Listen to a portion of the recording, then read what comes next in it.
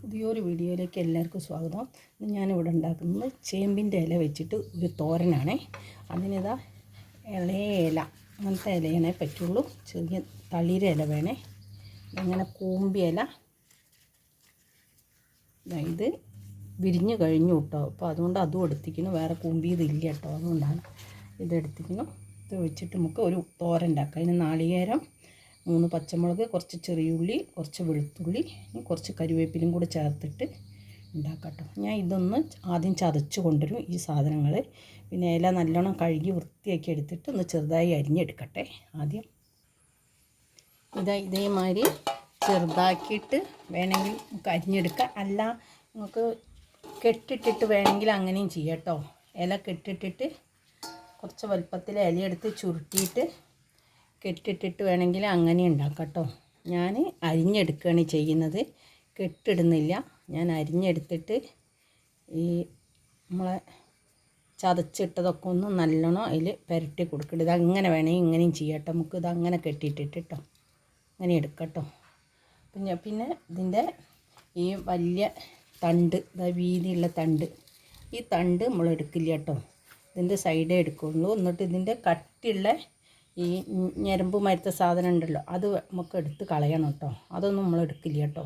പിന്നെ ഇത് കർക്കിടക മാസം കഴിക്കുക ഏറ്റവും നല്ല സാധനമാണ് കേട്ടോ. ഇതൊക്കെ നമ്മൾ കർക്കിടക മാസത്തിലാണ് അധികം ഇങ്ങനത്തെയൊക്കെ കഴിക്കുക കേട്ടോ. ശരീരത്തിന് നല്ലോണം പിടിക്കുന്ന സാധനം അതൊക്കെ. ഇനി അങ്ങനെയൊക്കെ ചെറുതാക്കി ഒന്ന് എടുത്തിട്ട് കാണിച്ചു തരാം. ഇത് നമ്മളെ ചേമ്പിൻ്റെ ഇല ഞാൻ ചെറുതാക്കിയിട്ട് അരിഞ്ഞെടുത്തിരിക്കുന്നത്. ഇനി ഇതിലേക്ക് കുറച്ച് ഉപ്പ് പൊടി ഇട്ട് കൊടുക്കാം കേട്ടോ. ആദ്യം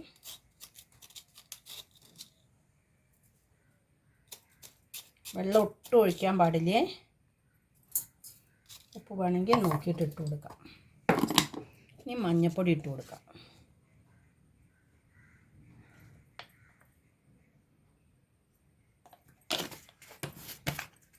ഇനി അതിലേക്ക് നമ്മൾ ചതച്ചെടുത്ത് വെച്ച നാളികേരമാണ് ഇട്ട് കൊടുക്കുന്നു. നല്ല ടേസ്റ്റ് ഉണ്ടാവും കേട്ടോ കഴിക്കാൻ. ഇനി നമുക്കിതൊന്ന് നല്ലോണം മിക്സ് ചെയ്തെടുക്കാം കേട്ടോ കൈ കൊണ്ട്.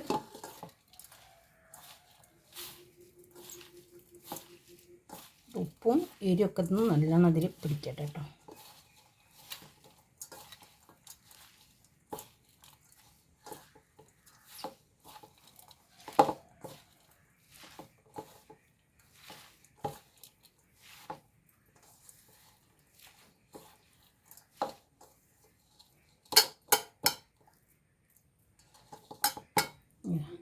ഇനി ഞാൻ ഒരു പാൻ വയ്ക്കുന്നുണ്ട് അടുപ്പത്ത്.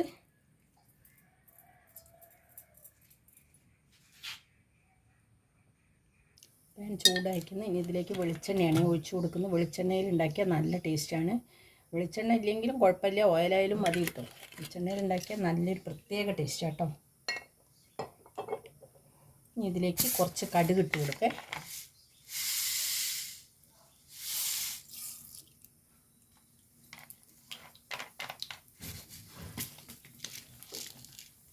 കുറച്ച് ഉഴുന്നുപരിപ്പ് ഇട്ട് കൊടുക്കും.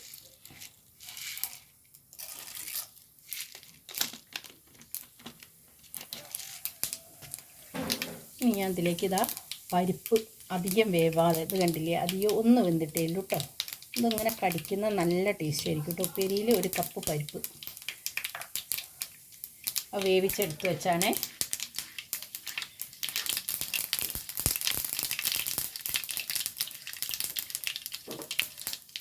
ഇനി ഇതിൽ പരിപ്പിട്ട് കൊടുക്കാം കേട്ടോ. ആദ്യം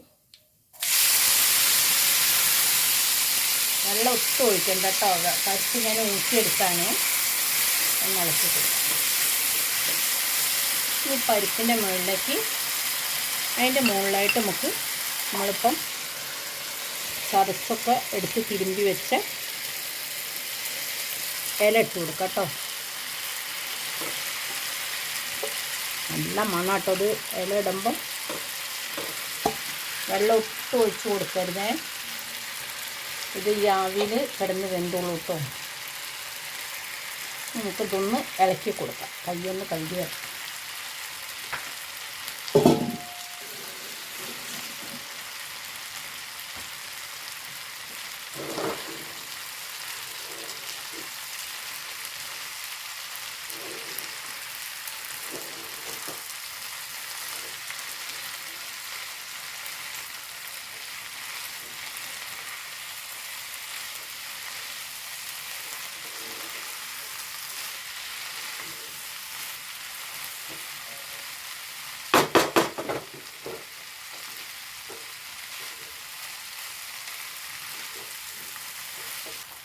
ഒന്ന് അടച്ച് വെക്കട്ടെ. തുറന്ന് നോക്കട്ടോ, ഒന്ന് തുറന്ന് നോക്കേ.